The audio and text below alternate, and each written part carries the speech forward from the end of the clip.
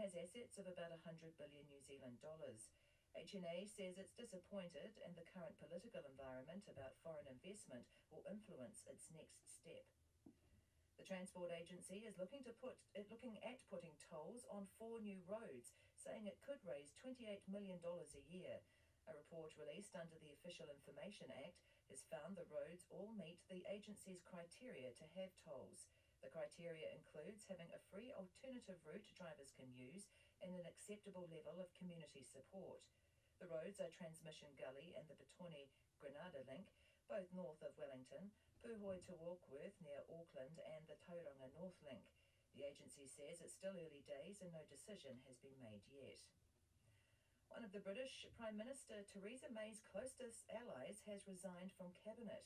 Damien Green has resigned after investigation found he breached the ministerial code. The ABC's Angus Randall reports. Damien Green had served as the first Secretary of State, effectively the Deputy Prime Minister. He's stepping down after an investigation found he'd misled the public over pornography found on a computer in his office in 2008. He denies viewing the adult content, but says he should have made his statements clearer about what he knew. He'd also been accused of making unwanted advances on a female journalist 2 years ago, an allegation he denies. Mrs May has expressed deep regret at his departure. Angus Randall reporting. A New Zealand embryo expert says the birth of a baby overseas from a 24-year-old embryo raises ethical questions. A healthy baby was born in the United States last month from an embryo that had been frozen since 1992. Researchers at the University of Tennessee claim it's the longest frozen embryo to be carried to full term. A University of Otago professor of anatomy, Gareth Jones, says there are ethical issues with keeping an embryo frozen for such a long time. He says there's no reason why an embryo couldn't be frozen for the same length of time in New Zealand, but it can be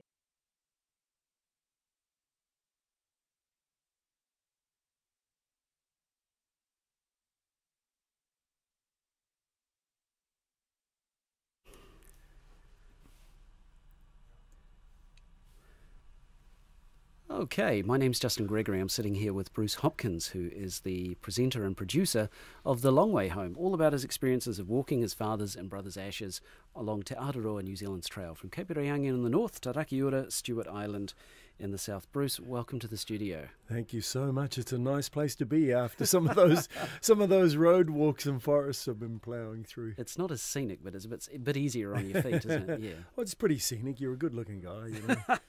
It's what we're doing today. As I say, it's the podcast The Long Way Home, which goes out on rnz.co.nz every Monday. It's also on 9 to noon every 5 weeks. We run it in 5-episode chunks. So what we're doing today is we are live streaming this interview, which will form one of the later episodes. It's going out on RNZ's Facebook page and also going out on RNZ's YouTube channel. And as a bit of fun, what we're going to let you guys do, and we've got a bit of this already, is we've been crowdsourcing some questions for Bruce. So we've had some come in over social media, we've had some come in from people around the podcast and people that we know, and so we'll dive on into it. So the following questions will be a mixture of questions that I need to ask Bruce. Is there like a time limit? Is this like, you know, one of those game shows and your time starts now? In 10 seconds or less. What's the thing they do on TV3? It's 9 and 10 or something, isn't it? Yeah. No, there'll be no limitations on time. Okay, first question. Bruce? Just to let you know, I do rave, so maybe you should put a time limit on it. Yes, I've interviewed you before, Bruce. Okay, we'll have a little bell or something going on. Bruce, how are you feeling? You're looking skinny, fella. It's how I'm feeling. It's weird coming off trail. And in particular this time, it's a mix of medical, but it was mostly personal. I had one of my sons gets married tomorrow, and then that flows on into Christmas, so I thought, okay, well, I'll stick around for that. End of Boxing Day or the start of the next day, I'll shoot back down to Te Kuiti and do the Te Kuiti to Whanganui section. I've done Whanganui to Palmerston. So it's a weird feeling being back. You start getting itchy, and it's like, oh man, I want to get that section out of the way. I want to have a go at that. You've only been back, what, 2 days, 3 days at the most? No, I've been back five days. So long enough to already get itchy. You get a little twitchy. I'm looking at you, and you're in the nicest possible sense. You're less of a man than the one I sent off on this trail, Bruce. How much weight have you lost? About 5 kg, 6. I think, you know, from my kind of really standard weight, probably 7 kg. But I was training for a year to do this, and that had me at around 80, 85, 86 kg, and I'm 80. I've been under 80 one time. That's when I was somewhere where I weighed myself, I was like, whoa, 79. That's pretty light for a guy of your size. You're a tall man. Yeah, and then I chuck the pack on, and that takes me up to 100. Which is a bit to haul around. Yeah. I got to lose weight out of that pack, man. So you've been on the trail for about, 2 months now? Solid 2 months. Off and on the trail. Yeah. How far have you walked? I'm just, I think I've either just done or I'm just about to do 1,000 kilometres. 1,000 So kilometres. that's a third. The biggest buzz was someone pointed out to me, one of the other walkers, you just coincide with these other trampers, mostly people from overseas, but a few Kiwis doing it. I think more Kiwis this year than previous as well. But you'll coincide at campsites, or sometimes you'll walk a couple of hours during the day, or maybe all day. But usually you get going at your pace. If you stick with people, that's good. If they're faster, they go ahead. If they're slower, they drift behind. You meet up at the campsite if you're going to the same places. And in discussing stuff with one of them one day, I said, I think it was like 750 kilometres we've just knocked. And they went, yeah, it's a quarter. And to go, to think, what? We've done a quarter. I had clocked when I'd done 20%. Right. But somehow a quarter meant that much more. It was like, wow. There are Cool. trail markers indicating the trail all along the way, but there's nothing indicating distance, is there? How are you keeping track of distance? People have written on some of the trail markers. It's Right. cool. I know at 900 kilometres, where was that? That must have been heading into Te Kuiti somewhere.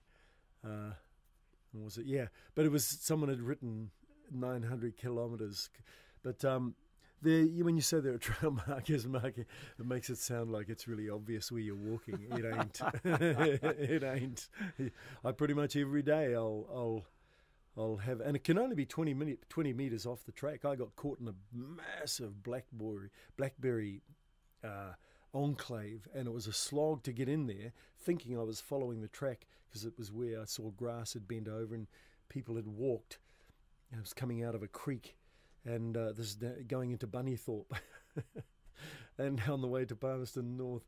And suddenly I'm surrounded on three sides by blackberry, and it was hard to get in, so it was hard to get out. Still with blackberry, but not the massive wall of blackberry that surrounded me. And man, just to try and not get cut up. And all I was 20 metres off trail. Once I got out of there, I could say, oh, right. So a few other people have tried in there, and they would have had to come out as well, and there's the trail there. I just hadn't looked closely enough. This is one of the great lessons of tramping, isn't it? If you get yourself into a situation, you just have to get yourself out of it. I mean, there's a certain stoicism about there, isn't it? There's nothing I can do. I can't call for an Uber. I have to fix it myself. Oh, man, and the forests are the classic of that, Porongia. You know, you start in, and if you, after 2 or 3 hours, just go, oh, my goodness, you know, that when you're starting to hit these climbs, it just go up and down and up and down. And some of them, you're stepping nearly a metre, and you've got this pack on your back, so you're having to grab, if there's a tree available, pull on that tree, and know that you're not going to pull on a ponga, because that's going to come down on you. Your poles are almost not quite enough to help get you up some of these little rises. You have to step, and you get into moments like that, and yeah, there's that reality that, well, I can't go back. There is only one way. It's forward, because it may be longer forward than back, but if I go back, then what do I do then? I'm in the middle of nowhere. It's not like I'm going back to home base. So yeah, it's a really interesting little play in your mindset that you go forward. Well, there's a question from the audience now. It's something that someone wanted to ask you, and it fits in nicely with what we're just talking about. How different has the experience been of walking to Aroa from what you imagined it would be? You're about a third of the way through, so it's early days in a way, but how different has it been so far? It's the physical reality of what I knew was coming. I followed some blogs last year. A young German woman, Bettina, and 4 young American guys who were tramping together, and then some others as well. There's a woman, Red, a local woman. And so I would follow some of their blogs, and I saw, like Bettina was a fantastic blog to follow. I couldn't wait till she managed to update some more info and everything.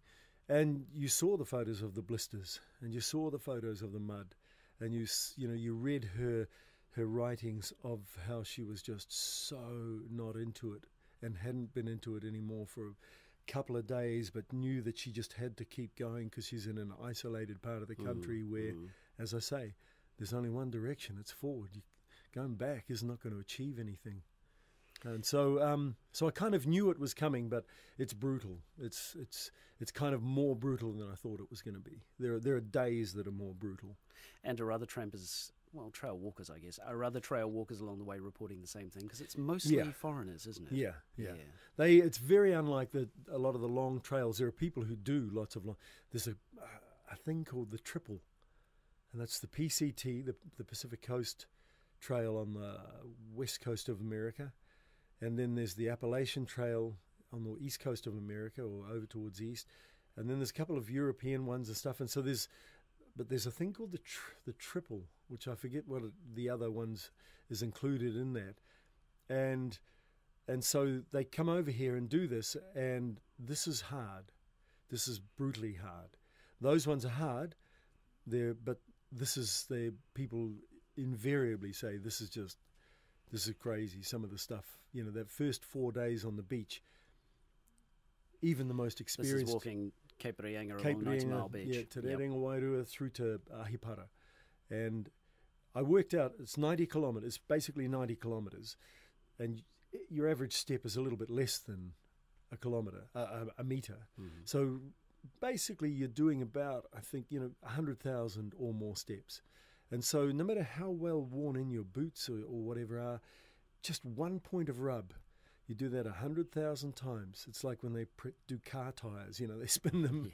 Yep. So you're gonna go through some skin somewhere. And I had no skin on my left little toe at the end of 90 Mile Beach, and there were others with way worse blisters than me. So yeah, it's really interesting. They kind of love it. They don't like the road walking. They're finding the road walking, they're over that, as I am as well. Road walking's ugly. You're on camber. There's no path to walk on. You're in the ditch, and if cars are coming by, they're right in the side of your face, kind of thing. Trucks, big trucks just barreling by. I think one of the questions you had for yourself, and it's there in the podcast a few times, is why aren't there more New Zealanders doing this trail? I think we know the answer, don't we? We know what the countryside's like. You're talking about it being brutal. We're going, I'm fine. I meet a lot of people who say, "Oh, I'd love to do that," but I can't take 5 months in a row. So there are many Kiwis who do Te Araroa over a period of 2 or 3 years. They'll do sections of it, and a number of them will complete the whole trail that way. Mm-hmm. Others will complete the main sections. They might not want to do the road walking, like Whanganui to Koitiata. Koitiata is a beach out from Turakina. You're 19 kilometres on the main road south of Whanganui, and that's just literally just these trucks barreling by, and it's hot sun. Then you turn at Turakina, just before Turakina, you head down to Turakina Beach, and you go to this Koitiata. Stunning West Coast beach with massive trees all over it, like flotsam, and that road is also a road, and it's, boy, you get over that pretty quickly. So a lot of Kiwis, in a sense, you probably wouldn't want to do that. Yeah. That 27 kilometre day, it doesn't achieve anything. It gets you to Koitiata. You're better to maybe get yourself to Koitiata and then walk the beach and the forestry into Bulls. But those aren't the rules for a through walk, are they? Well, there's pure. There are the pure breeds, purebreds, and there Which are the you're others. one of them. Well, no, I've taken lifts. Really? Okay. I've taken. My kind of guide to myself is if it's a not a nice road, if there's some danger. Some of these roads are genuinely dangerous.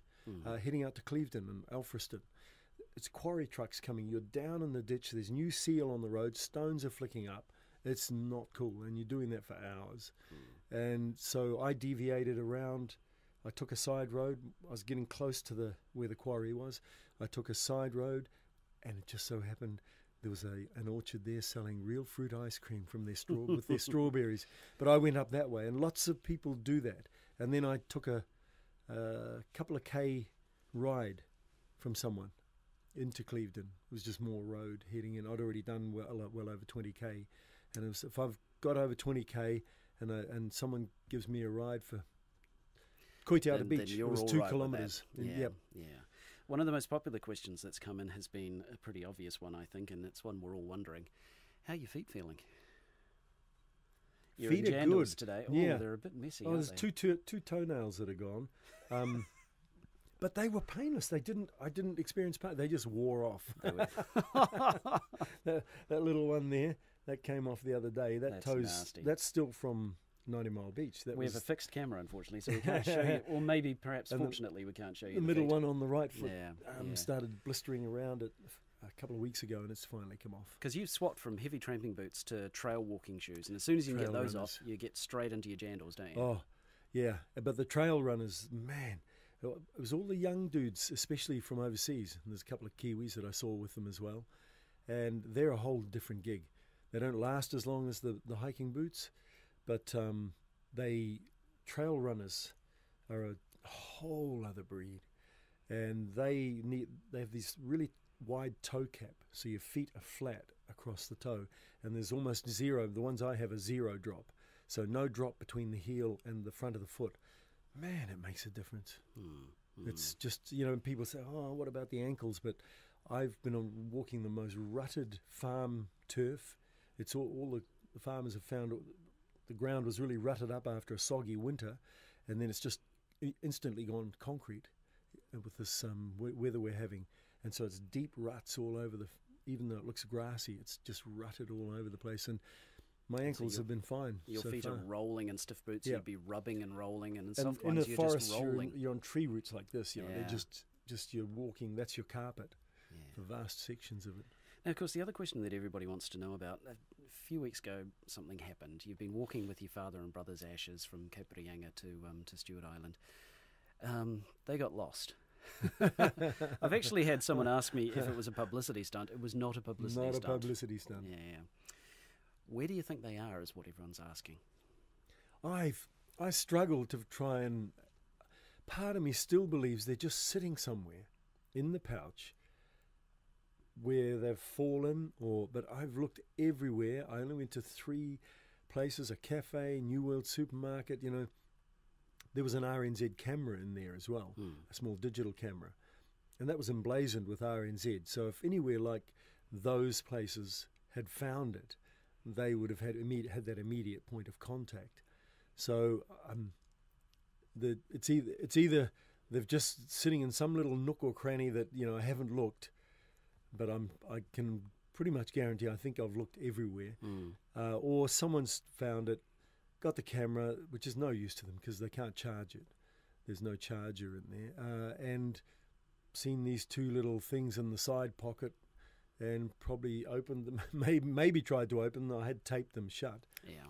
And turfed it. It was, it's ashes. How does that make you feel? Kind of okay. Dad and Doug wouldn't worry. And in fact, I think it was them trying to escape. I was talking to my mum about it last night because we've got my son's wedding tomorrow. So my mum's coming down, and she's gonna bring.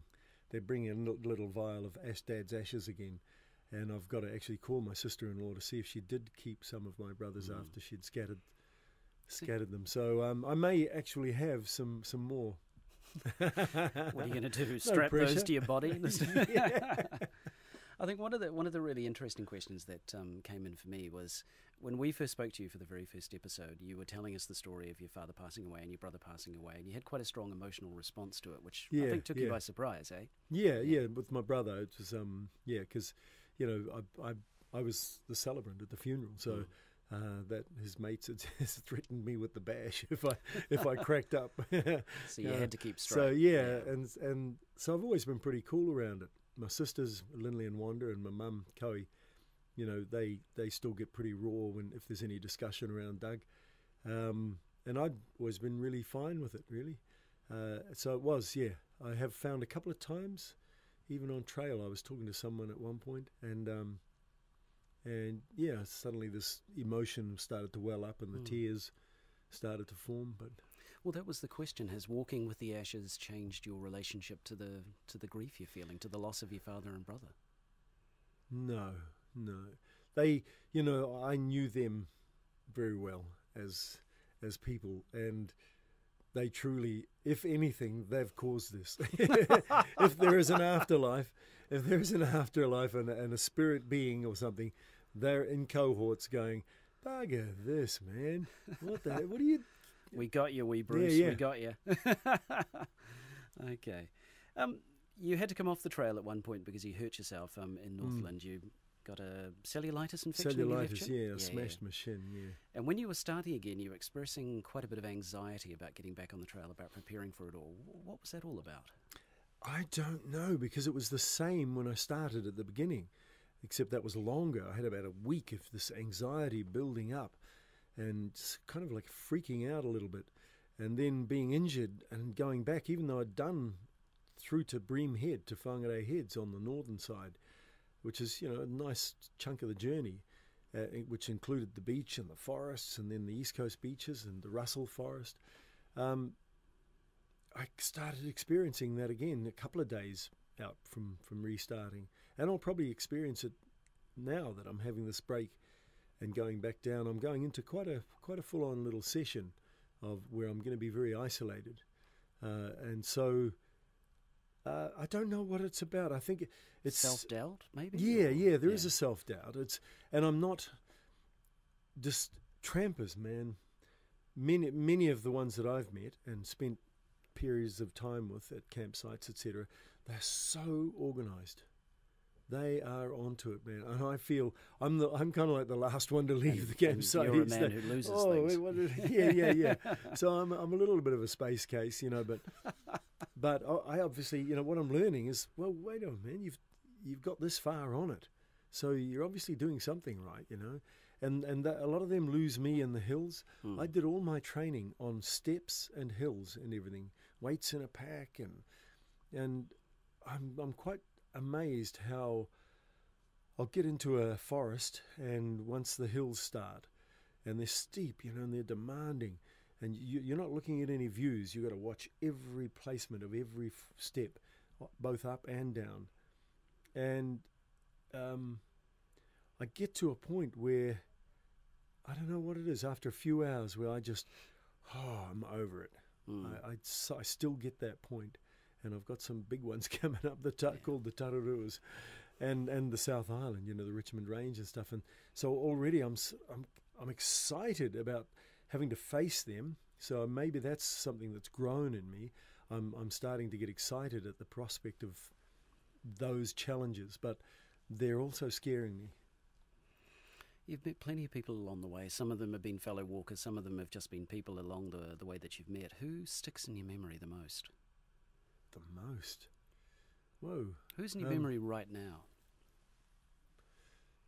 Actually, as soon as you said that, I went, and it was probably only because it's very recent that I've been with these people. There's a guy, Chris. He's an English guy who was a vegan chef in Queenstown for 7 years, and so he's doing this. Man, that guy just off. Like when he goes, he's gone, and then you'll see him that night. He did the Hakarimata forest climb. We'd done 21 kilometres from Rangiriri to get to there, which is just the other side of Huntly, and then you start that forest, and it's 1,300, 1,400 steps up, and then it's peak after peak after peak after peak, full on, and then it's 1,400 steps down at Ngaruawahia. And that was like 5 hours for me, and he did it in 3. And we'd started at the same time at the base, and people like that just blow me away. And just they're always positive.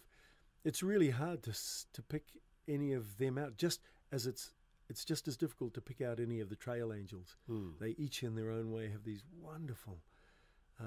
They're all incredible individuals. And the walkers are amazing. Every one of the people doing the trail, you have it's almost like you have an instant bond with pretty much everyone I've met. That's carrying you through, obviously, and but you've had to leave quite a few people behind, haven't you? As you say, most days you'll sort of see each other in the mornings. You might catch up a little bit during the daytime, then you see each other at the end of the day. They leave me behind. They leave you behind. I'm the one who gets injured. And I was comes particularly back to fond of, family was it the events. Australian Lincoln who said, I'm just doing Tararo as a training run, really. Yeah. But what's cool with Lincoln, and he's tending to walk with the young American woman, Rebecca, and they're fantastic. Man, I've seen the pace they set, but they always come, when I refer to them and their pace, they always come back to me and say, mate, we have found when we're walking with you that we're kind of thinking, are we walking this fast to keep up with him? Or is they kind of are saying, you got a good pace going on. So I'm starting to have a little bit of faith in that. But like I say, when I hit the hills, it's a different game. Sure. And he's amazing. He's getting himself back into his fitness for trail running. By walking the length of New Zealand. Yeah, it's like the Lydiard.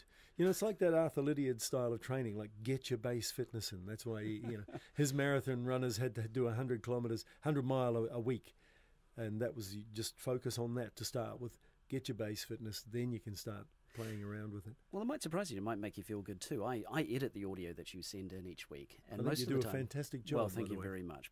And a lot of the audio is when you are walking, and I can tell you the difference in pace because I can hear your stride as you're walking. The difference in pace from when you began to where you are now is considerable. Really? Maybe by about a third. Serious? Yep, much faster than when you began. Wow. Yeah. Well, it was this last section from Whanganui to Bulls to Palmerston North. I must admit, I was starting to time, the last couple of days in particular, they were pretty straightforward. There was no hills or anything, lots of road walking, but pretty straightforward. And I was surprised. Sometimes I would work out what I'd just done over a number of kilometres or whatever, and the last thing you want to do tramping, this is one of the most salient pieces of advice I got from trampers, was tramp your tramp. Don't try to keep up or do anything. So the worst thing you can do is set out in the beginning of the day trying to, right, this is going to be a record day for me, unless you know you can do that, because that's you're doomed. After 8-9 hours, that's going to hurt you bad. So I was doing around 4.5 over a long stretch, 4.5 kilometres an hour, which surprised me. So that was cool. What's the experience been like of chronicling the journey? You're making a podcast for us on RNZ, so you have to stop and think all the time about what you're doing. Yeah. And I've missed some wonderful moments, so I'm learning as I go with that. And one of the little learnings I've had too, there's a woman I was walking with for quite a while, a couple of weeks on the northern section, Stacey, Julie Stacey, and she does she gets on and she types out a little summary of each day on Facebook with photos, and sometimes you can't because you don't have reception or anything. But I'm not great at that. So what I am discovering is the recording material for the podcast is a great way to also try and keep a bit of a diary going in a sense. But live video on Facebook, the live video stream, I'm finding that's kind of my favourite medium now. I'm not sure how much data that uses up, because I only have limited data I can use as well on my plan, without snowballing expense-wise and everything. But I'm really enjoying playing around with that. Is it nice to think out loud as you walk, I guess, is what I'm asking. Yeah, sometimes to express.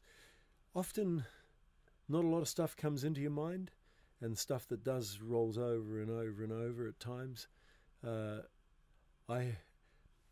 it is sometimes you do have some thoughts that come through that go, okay, I think I might share this. I'll share this for its ridiculousness, or for the fact that I think it's a little bit of an insight that I'm having on my experience or whatever, So, and I try.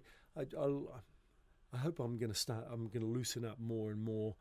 One of the things I loved about my father, and my brother had it as well, but Dad in particular had this wicked sense of humour.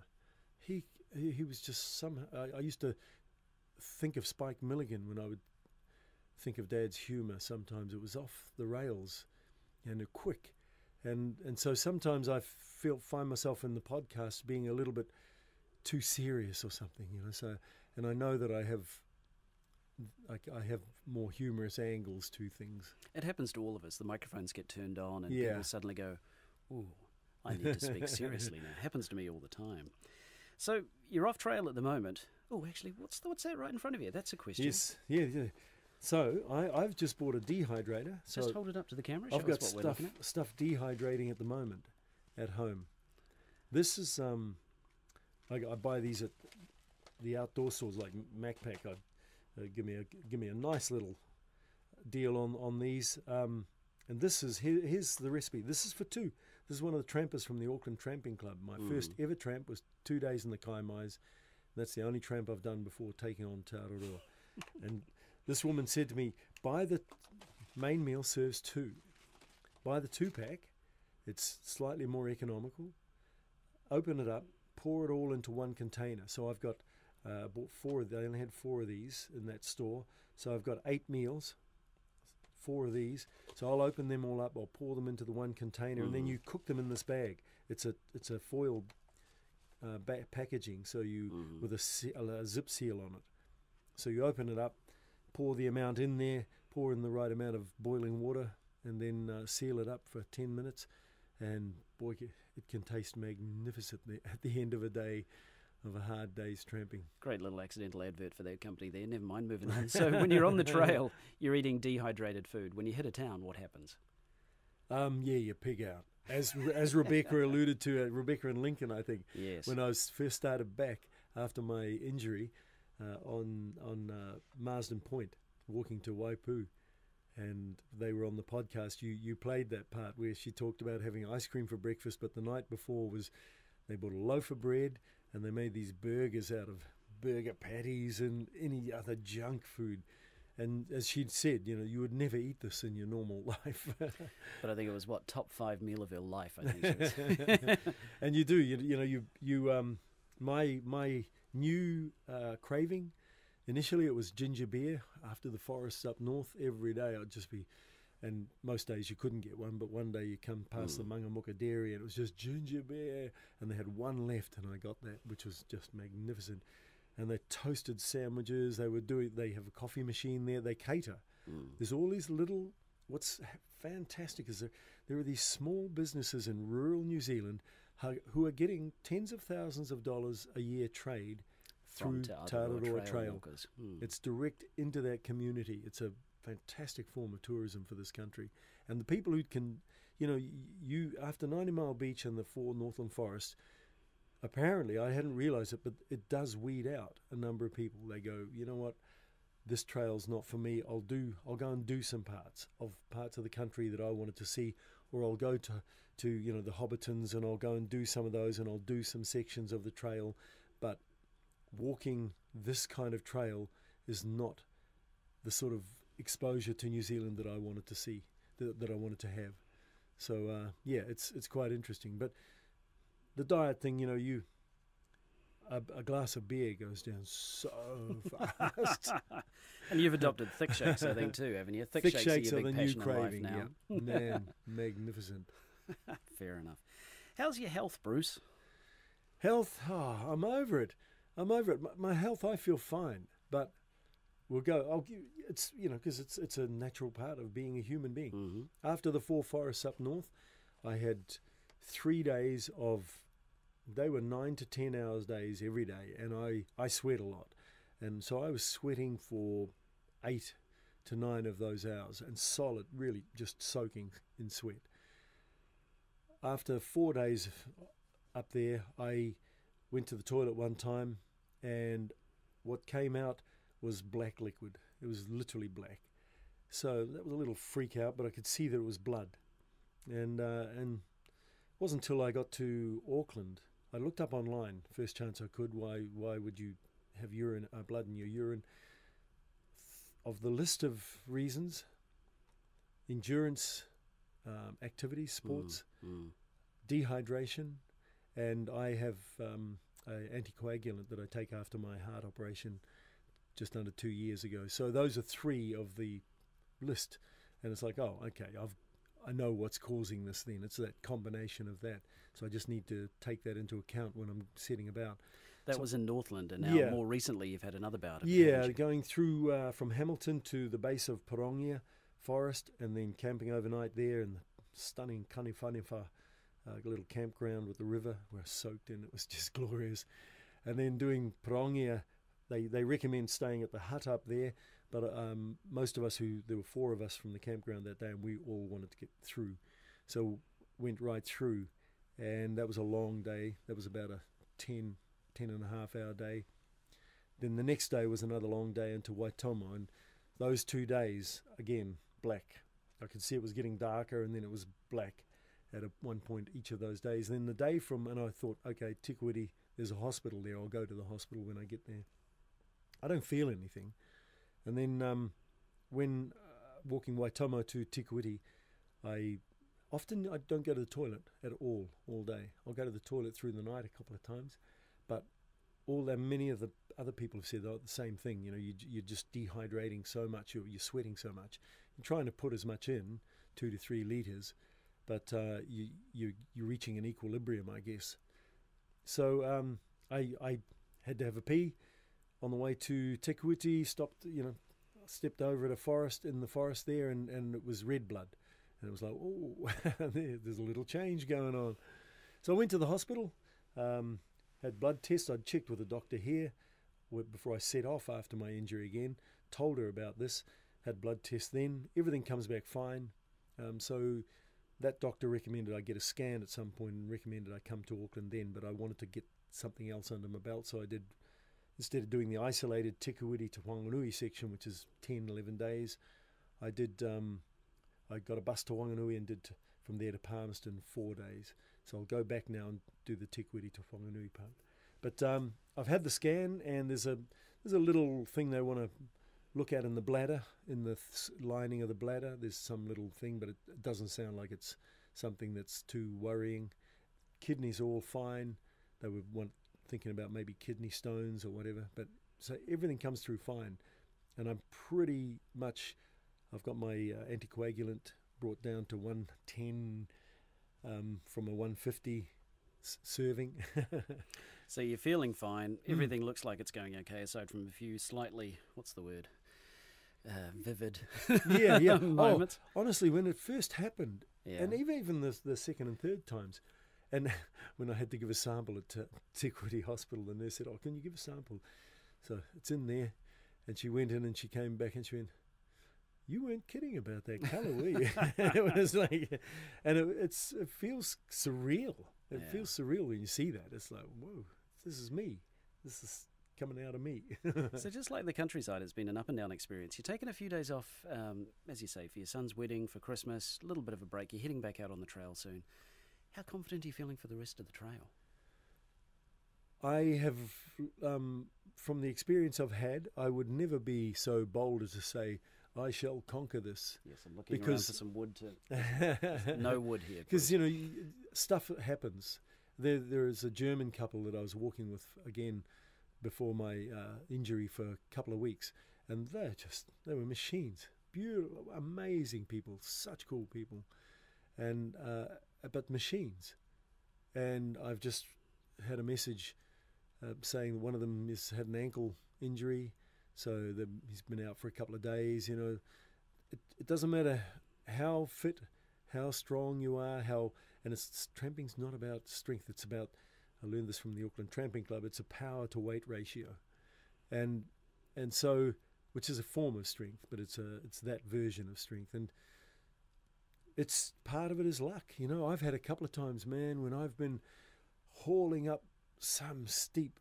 And the message I got yesterday about the Tararuas from Julie was just like, oh man, some of the up and down is scary stuff. And so you have moments where you're on a point of balance and you manage to pull back in because, this weight on your back, if you're up a steep slope and that weight gets you, you're not going to stop it. And you're just going to have to try and hope that you don't injure yourself in the fall. The literal ups and downs of the long way home so far. Yeah. We're 10 episodes into it. This is going to be the 11th episode. It's made for great listening, Bruce. Thanks very much. And we're available for book deals, by the way, too, people. So get in touch. But thanks very much and best of luck to you for the rest of it. Cool. Come around and have some wild mushroom risotto. I served it to friends before I went. That I owed them a dinner, and I didn't tell them what I was serving them. Right. I made this, and I did some little veggies on the side and things, and a slice of smoked salmon that I'd smoked up. But they were surprised when I told them that this main part of the meal was dehydrated. I bet that's not your Christmas dinner, though. Cheers, Bruce. Thank you very much. Thank you.